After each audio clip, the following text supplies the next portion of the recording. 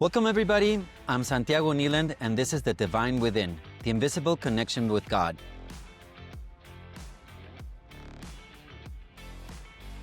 In this episode's topic, we're going to be discussing Jesus Unshackled, the courage to emerge.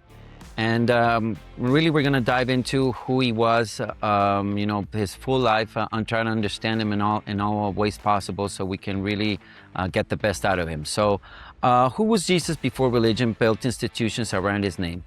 And what happens when we rediscover the simple, revolutionary way he lived? Today I'm joined by acclaimed artist Stephen Sawyer, whose paintings have reimagined Jesus for millions around the world. After decades of inspiring Christians through his artwork, Steve found a deeper calling through the Urantia book, sharing the religion of Jesus, a life of love, service, courage, and direct relationship with God, with people of every background and belief. Together we'll explore the difference between following Jesus and simply talking about him, the courage it takes to make unique contribution, and why emerges isn't just a theme for our conference, it's the invitation that every soul receives. So welcome, Stephen. It's a pleasure to have you here in this podcast. I'm excited about this conversation. Thank you. Me too. Awesome. So, we're going to be diving into a lot of topics. So let's start from the beginning, which is really talking about the religion of Jesus. So in this first segment, we're going to be talking about the religion of Jesus. There's a profound difference between the religion Jesus lived and the religion built around him. In this first conversation, Steve invites us to rediscover the universal message that transcends denominations, cultures, and traditions, a message rooted in love, relationship, and the fatherhood of God. So, Stephen, what can you tell us about this amplified Jesus, or this expanded Jesus that you found? Well, I'll start with a little history on myself and how that came to pass. And that was that I was raised in a Christian home for the most part. Baptists on one side and Christians on the other. And, one side thought we were hell-deserving sinners and the other side just wanted to be good to other people. So by the time I was in high school, I'd gone to church with a lot of different friends, gone to synagogues. And by the time I was in college, I'd actually become a Buddhist. And by the time I got out of college, I'd worshiped with a best friend that was a Hindu, and actually became a lovely version of being a Muslim that's an Indonesian variant of it. So I've hung out and worshipped or partied with pagans and atheists. And what I really was interested in is the bullseye. If we can overlap all the great world religions, all the great spiritual beliefs, and find out where they overlap, it seems like that maybe we'd find some guide stones that really might be on the bullseye, might have more truth than error. And since you mentioned the Urantia book, I'll just make one simple reference to it, and that was that's the first time that I was able to conceive and realize that there's a really distinct difference from the religion of Jesus and the religion about it. And as soon as that became a clear concept, then that set me on a wonderful mission where I ended up creating my art career, which is called Art for God. And I've spent over 30 years sharing with Christians, trying to write the stories about my paintings that really reflect the religion of Jesus, as opposed to the religion about. And for people that may not get it, like, what's the difference? Well, let's just say, Exactly. So one of my favorite visual examples is the Christmas tree. And that is, if you go out in nature and you see a beautiful blue spruce and it's standing, in a field, and it's perfect Christmas tree height, maybe about 6 feet tall, you look at it, and then somebody goes and they cut it down. They take it, they put it in the house, they put it in the stand, they wrap the base, they put tinsel, foil, ornaments, lights, tree on top. Next thing you know, you barely even know the tree's there. So the religion of Jesus is actually a very simple, Mm, very, very simple life, a compellingly simple life. In fact, some people, it's not complicated enough. But the religion about Jesus has, let's just say, I did more than one search and I find it difficult to believe, but if anybody is interested, if they ask how many denominations are there in Christianity, they will yeah. find the number is over 4,000. And Really? yeah. I saw one that said 10,000. It's like, I can't even conceive that. So hard to conceive 4,000. Yeah, yeah, And so the fact that there are denominational splits, I think, is a clear reference yeah, to the fact that these are religions about Jesus, where people are disagreeing about whether it's a virgin birth or whether he did this miracle, or they're focusing on things about Jesus as yeah. to On the did he wear a details, tunic or not. Yeah, I mean, the what he way did, how he picked this cup, how he did with that, how many yeah, days yeah, he. I yeah, mean, yeah, and that's really it's not the importance. for people who have devoted their life, which I would like to say I've tried, in full measure to living in harmony with the Creator. All the stuff that's outside the bullseye is just BS to me. It's Yeah, like I don't even. I'm not going to argue over. I mean, there are people that really are. They use the Bible and have tremendous arguments about whether there's free will or predestination. It's like I don't care. It doesn't matter. I mean, I can argue with them, but what does that have Eh, to do with learning how to treat other people the way Jesus asked us to treat other people? Learning to forgive, learning to have mercy, to be patient, the fruits of the Spirit, and actually making that the centerpiece. Because when we look at all the great religions, I mean, Buddhism focuses a lot on suffering, and I get that. I've studied Buddhism and been a Buddhist for a while, and it's brilliant. There are brilliant things in all the major world religions, but when it gets down to it, if you're arguing over something about your religion, maybe you missed the point. yeah, yeah. No, definitely. And it's interesting that you're bringing this up before I mean, and I want to touch on a couple of things that you mentioned that I think are pretty interesting. And first of all, I like the way that you described the Christmas tree, that you put so many ornaments on it, you decorated so much that you really forget and you overlook the essence, of that what's in it really. So I like that, and it's a very good image, archetype of what happens when we have all these things that we put on top of Jesus, and like you said, about Jesus, not the religion of Jesus.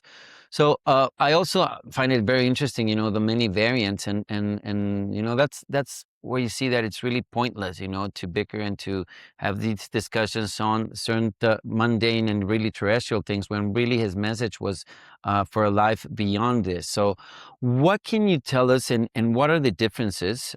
I believe that one of the things that I found really in this Jesus that you also found a very the human Jesus was something that was very important for me to have that connection, and not just this glorified and perfect being that just came here and everything was he didn't have suffering. So what can you tell us about this difference, in this Jesus that you found?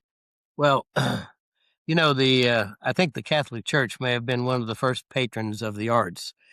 And so most of Christian art focused on doing artwork that showed either the miraculous birth Mm-hmm. or the crucifixion or the resurrection. And that is not, that doesn't reflect, uh, if you take that and compress it into time, it's it's not that much time. I mean, he lived almost 36 years, I think, isn't it? Yeah, Uh, yeah. but the man that went about doing good, he was a calm and happy laborer. There's just all the things that he accomplished. The artwork was the first time that I really Mm-hmm. realized the big difference, and so it's what I call the touch me not Jesus. because the glorified and risen Christ, we just, Yeah, exactly. yeah. But the one that went about doing good, the one that the apostles, I mean, these are, as I heard someone say, robust red-blooded fishermen. I mean, they Mhm. followed him through hell and high water for almost 4 years. Yeah, yeah, They're the man that took care of his mother, even while hanging on the cross. Uh, yeah. the man who, when everything imaginably horrible had been inflicted upon him, still had time within his spiritual life to say, "Father, forgive them, for they know not what they do." There's this. Exactly. This is this is a completely love dominated. What a man! I mean, Yeah. And yeah, he was a man, and that's the point. yeah. Even though he was divine and he was of divine origin, he was a man, and that was the whole point of his experience here. So, right? I agree. I mean, how can he fairly say, "Follow me," if it's not a level playing field? He had to Exactly. make personal free will choices by the same means that we have. This is Otherwise, very he wouldn't have important. the right to say, "Follow me." So This is he made important. Yeah. all those spiritual moral decisions on his own. He wasn't, I mean, he avoided doing miracles, and Yeah. and people that there are some folks who believe in Jesus because he did miracles, That's but beyond the point. Yeah. yeah, but for some people, that Yeah. that means a lot. And for me, I think that if he could have done it without any miracles occurring, I think he would have.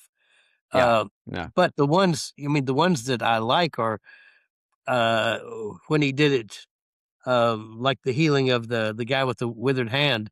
It's like, well, he broke a great Sabbath law. It's like, you know, who's more important, the ox or the Yeah, human? exactly, Oh, exactly. And that's really a very vivid and practical image for everybody, up to our days to understand that, what a difference it is to really, it's not the law. And when you just get oppressed by the law and, suffocated by the law, it's yeah, pointless, yeah, yeah. it's for serving, it's really serving what he did. Jesus said, uh, the law was made to serve man, not man made to serve the law. Something Exactly. like that. So I think the biggest problem that we face, those of us who really find that the way in which Jesus incorporated his life with the Creator, is how can we present Jesus of Nazareth without sounding Christian? How can we share this amazing human? Hmm. How can we find the right way to share it so that we don't offend people who have been offended by organized Christianity? And I'm not against Christianity. I'm not. On the Uh, contrary, I think yeah. it's a building block. It's that scaffolding that was necessary, and Hmm. even and this is, let me just make this point which I think it's very important, and something that I learned from moving from Mexico to Spain. The conquest. There's a lot of debate going on and whatnot, but really I view that Christianity and maybe that time of the world. Had to be necessary as a civilizing factor, because before that it was really you had human sacrifices and cannibalism. So Yeah. I mean that factor to really, I mean, you're not going to quench maybe though that type of world with this Jesus, but you are going to frame it, scaffold it for then probably this rediscovered, reimagined, and a word that I use a lot here in the podcast is it's redefining. We're redefining who Jesus is. So it's really important to for our audience, that you're hearing this too. We're redefining basic concepts of something that you already know. This is not. I always say this is not your grandmother's Jesus. So it's a version that's really beyond that. Just a version that you have that your grandma told you about. So please continue, Stephen. Um, well, there is spiritual evolution, that's for sure. And the more I spent time opening myself up to realize that, God, how amazing God is, how amazing this universe is. When you go back in history, if you get to study ancient history, you realize that the Old Covenant, which a lot of people call the Old Testament, I think it's more accurate to call it the Old Covenant because it was a covenant with God. And, I mean, Exactly. Abraham was willing to perpetuate human sacrifice. Thank God for Moses. Moses said, okay, we're going to compromise here. You Yeah. guys aren't going to survive without sacrifice, but how about we use doves and Yeah, sheep I'll and switch it. Let me just switch it. yeah, let's just and so it is. I think there's a natural progression, and Yeah.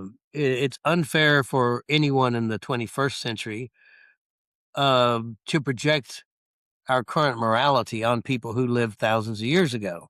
Thank you It's for pointing that unwise and out. unkind. This Yeah. is good.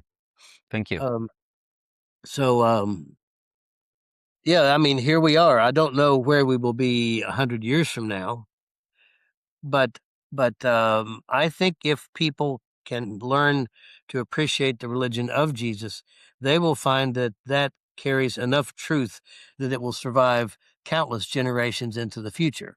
The religion about Jesus is part of a house divided against itself cannot stand. It will eventually crumble and deteriorate because it doesn't have enough real truth in it. It's got too many ornaments, it's got too much tinsel, too many lights, and too many presents under the tree.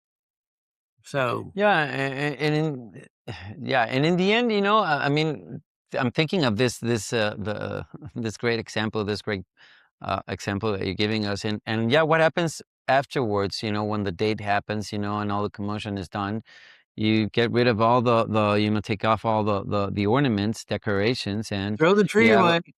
and then what do you do with this? You don't even know where to put it, and it's a little bit of if you take that and see a little bit of how people feel about Christianity, especially younger generations, and in my case, I felt in a way, and now I know, the different part of Jesus that, I've reconciled that, but, it kind of dries it out and you just, where do you throw it? It's tinder wood, you throw it to the fire. I mean, and that's not the point. I mean, the point is to really leave it where it is and really present it for what it is. Don't cut it down in the first place. Exactly, that's what I mean. Exactly, leave it there and Yeah, and praise it there. It's where it's supposed to be in nature, and that's yeah. Why don't you build a beautiful cathedral? Do it out of stone instead of just killing. But anyways, that's another yeah. story. So before we close the segment, any other points you want to go? I mean, we're gonna jump into a very interesting part, which is the courage to contribute, and it's gonna to go deeper into to what we're talking about. Anything you want to point out?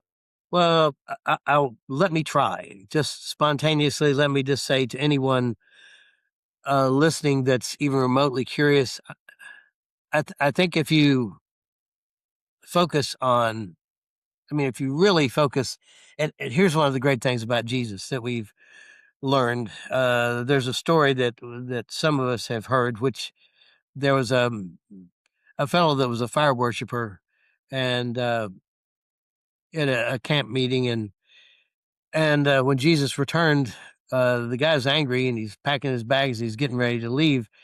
Jesus walks up, puts his arm around the guy, talks to him for a few minutes, and what we end up seeing is he's unpacking. He's happy, and the apostles are going, "What'd you do? What'd you say? How'd you?" Yeah, And Jesus, in his own way, in his own words, he basically said, "Well, you guys were trying to take something away from him. I'm trying to give him something." yeah, And if people realize and focus on the beauty of real forgiveness, not "I forgive you, but," because that's not really forgiveness. That's conditional. That's like, yeah, well, I'll forgive you as long as you don't ever do it again.